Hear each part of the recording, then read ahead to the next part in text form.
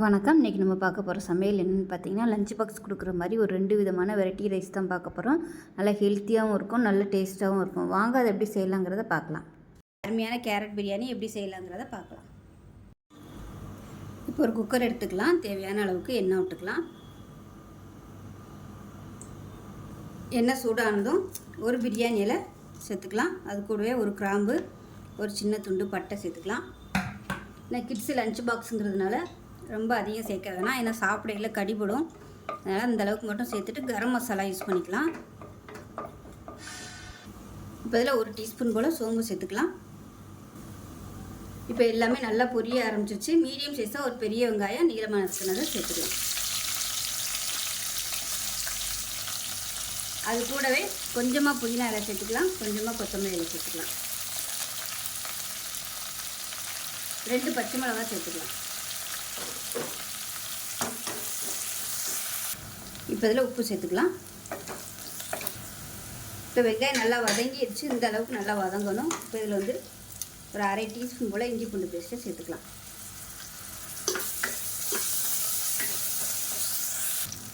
இப்போ இஞ்சி பூண்டு பேஸ்ட் நல்லா வதங்கிடுச்சு. ஒரு டீஸ்பூன் போல் மிளகாத்தூள் சேர்த்துக்கலாம். 1/4 டீஸ்பூன் போல் மஞ்சள் சேர்த்துக்கலாம்.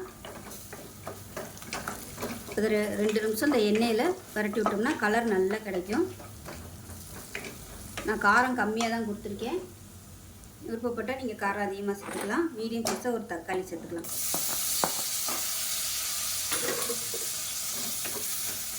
நான் 1 கப் அளவு தான் அரிசி எடுத்துருக்கேன், அதனால் ஒரே ஒரு தக்காளி போதும்.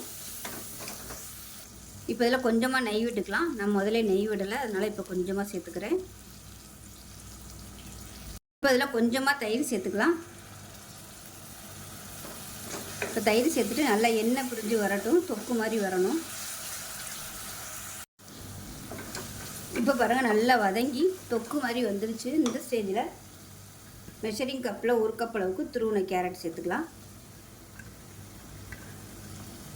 ஸோ துருவும் போது இந்த மாதிரி கொஞ்சம் பெருசாகவே துருவிக்குங்க, ரொம்ப நைஸாலாம் துருவ வேணாம். இப்போ லேசாக ஒரு பரட்டி விட்டுட்டு தண்ணி சேர்த்துக்கலாம். நான் ஜீரக சம்பா அரிசி 1 டம்ளர் எடுத்திருக்கேன். 1 டம்ளருக்கு 1.5 டம்ளர் தண்ணி. 20 நிமிஷம் அரிசி ஊற வச்சுருக்கேன். தண்ணி இப்போ கொதிச்சுக்கிட்டு இருக்கு. இப்போ இந்த தண்ணியை சேர்த்துக்கலாம். கேரட் சேர்த்துட்டு ரொம்ப வதக்கணும்னு அவசியம் இல்லை, ஏன்னா கேரட் சீக்கிரமாகவே வெந்துடும். இப்போ இந்த தண்ணி கொதிக்கட்டும். உப்பு கம்மியாக இருக்குது, உப்பு சேர்த்துக்கலாம். இப்போ தண்ணி நல்லா கொதிச்சிருச்சு. ஊற வச்சுருந்த அரிசியை சேர்த்துக்கலாம். சேர்த்துட்டு கலந்து விட்டுக்கலாம். கலந்து விட்டுட்டு கொஞ்சமாக ஒரு 3 டேபிள் ஸ்பூன் வர மாதிரி பாலில் ஒரு 3 பாதாம் அடித்து வச்சுருக்கேன், அதை சேர்த்துக்கலாம். இது நல்ல ஒரு ரிச்சான டேஸ்ட்டு கொடுக்கும். நீங்கள் வெறும் தண்ணிக்கு பதிலாக தேங்காய் பால் கூட சேர்த்திங்கன்னா இன்னும் நல்ல ஃப்ளேவராக இருக்கும். இப்போ எல்லாத்தையும் நல்லா கலந்தாச்சு. இப்போ இதில் கொஞ்சமாக லெமன் ஜூஸ் பிழிஞ்சு விட்டுக்கலாம். ரொம்ப புளிய வேணாம். அதை நல்லா கலந்து விட்டுட்டு உப்பெல்லாம் கரெக்டாக இருக்கான்னு செக் பண்ணிவிட்டு மூடி வச்சிடலாம். மூடி வச்சுட்டு நல்லா ஒரு 2 விசில் விட்டுட்டு ஸ்டீம் போனதுக்கப்புறம் பார்க்கலாம்.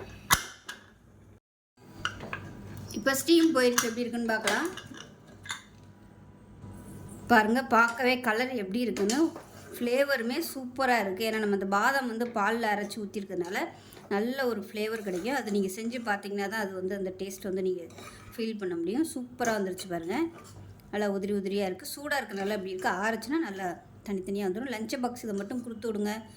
அடிக்கடி செஞ்சு கொடுக்க சொல்லி கேட்பாங்க. ஸோ இதே மாதிரியே செஞ்சு பாருங்கள். செஞ்சு பார்த்துட்டு எப்படி வந்துச்சுங்கிறத சொல்லுங்கள். வீடியோ பிடிச்சிச்சுன்னா லைக் பண்ணுங்கள், கமெண்ட் பண்ணுங்கள், சேனலை சப்ஸ்கிரைப் பண்ணுங்கள், பக்கத்தில் ஒரு பெல் பட்டனையும் ப்ரெஸ் பண்ணுங்கள். நன்றி. ஆனால் ஒரு தக்காளி சாதம் எப்படி செய்யலாங்கிறத பார்க்கலாம். இப்போ ஒரு குக்கர் எடுத்துக்கலாம். தேவையான அளவுக்கு எண்ணெய் விட்டுக்கலாம். எண்ணெய் சூடானதும் ஒரு பிரியாணி இலை சேர்த்துக்கலாம். கரம் மசாலா எல்லாமே சேர்த்துக்கலாம். பட்டை, கிராம்பு, அன்னாச்சிப்பூ, கல்பாசி, ஒரு சின்ன துண்டு பட்டை, 1 டீஸ்பூன் போல் சோம்பு, இது எல்லாத்தையும் சேர்த்துக்கலாம். இப்போ இது எல்லாமே பொரிய ஆரம்பிக்குது. இப்போ இந்த ஸ்டேஜில் ஒரு கைப்பிடி புதினா இலை சேர்த்துக்கலாம். அதே மாதிரி ஒரு கைப்பிடி கொத்தமல்லி இலை சேர்த்துக்கலாம்.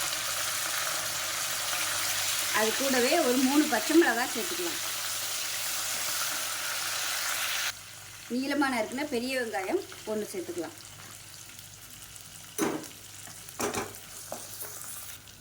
இப்போ இதில் ஒரு 2 டேபிள் ஸ்பூன் இஞ்சி பூண்டு பேஸ்ட்டை சேர்த்துக்கலாம்.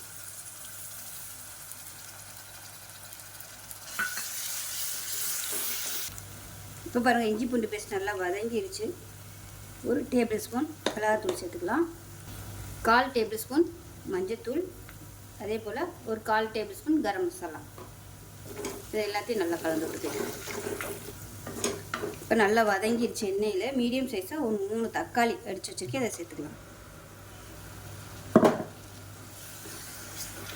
இப்போ மசாலா நல்லா வதங்கி எண்ணெய் பிரிய ஆரம்பிச்சிருச்சு. இப்போ உப்பு சேர்த்துக்கலாம்.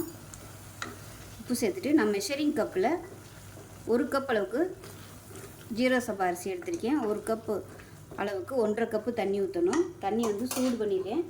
சூடான தண்ணியை இப்போ இதில் சேர்த்துக்கலாம்.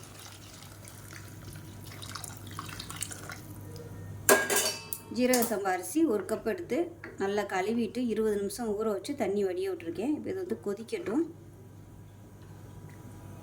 இப்போ தண்ணி நல்லா கொதிக்க ஆரம்பிக்குது. இப்போ ஜீரக சம்பா அரிசி ஊற வச்சதை சேர்த்துக்கலாம். ஊற வச்சு தண்ணியை வடிச்சிட்டு சேர்த்துக்கோங்க. இது எல்லாத்தையும் நல்லா கலந்து விட்டுலாம். கலந்துட்டு உப்பு செக் பண்ணி பார்த்துக்கோங்க. இப்போ பாருங்கள், தண்ணி நல்லா கொதிச்சிருச்சு. இப்போ மூடி வச்சிடலாம். மூடி வச்சுட்டு நல்லா ஒரு 2 விசில் விட்டு ஸ்டீம் போனதுக்கப்புறம் பார்க்கலாம். இப்போ சாதம் எப்படி இருக்குன்னு பார்க்கலாம். நல்லா கம்மன்னு சூப்பராக ரெடி ஆயிடுச்சு. நல்லா கீழேருந்து மேலே வரைக்கும் நல்லா கிளறி விட்டோம்னா அருமையான தக்காளி சாதம், சிம்பிளான தக்காளி சாதம் ரெடி ஆயிடுச்சு. தக்காளி வந்து இது மாதிரி அரைச்சி ஊற்றி பண்ணும்போது டேஸ்ட்டும் சூப்பராக இருக்கும். சாதம் சாப்பிட்றதுக்கும் நல்ல ப்ளைனாக இருக்கும். அவ்வளோதான். இது கூட சிக்கன் 65 வச்சு சாப்பிட்டோம்னா அட்டகாசமாக இருக்கும். இந்த மலைக்கு சுட சுட சாப்பிட்டு பாருங்கள், வேறு லெவலில் இருக்கும். ஸோ இந்த வீடியோ பிடிச்சின்னா லைக் பண்ணுங்கள், கமெண்ட் பண்ணுங்கள், சேனலை சப்ஸ்கிரைப் பண்ணுங்கள், பக்கத்தில் பெல் பட்டனை ப்ரெஸ் பண்ணுங்கள். நன்றி.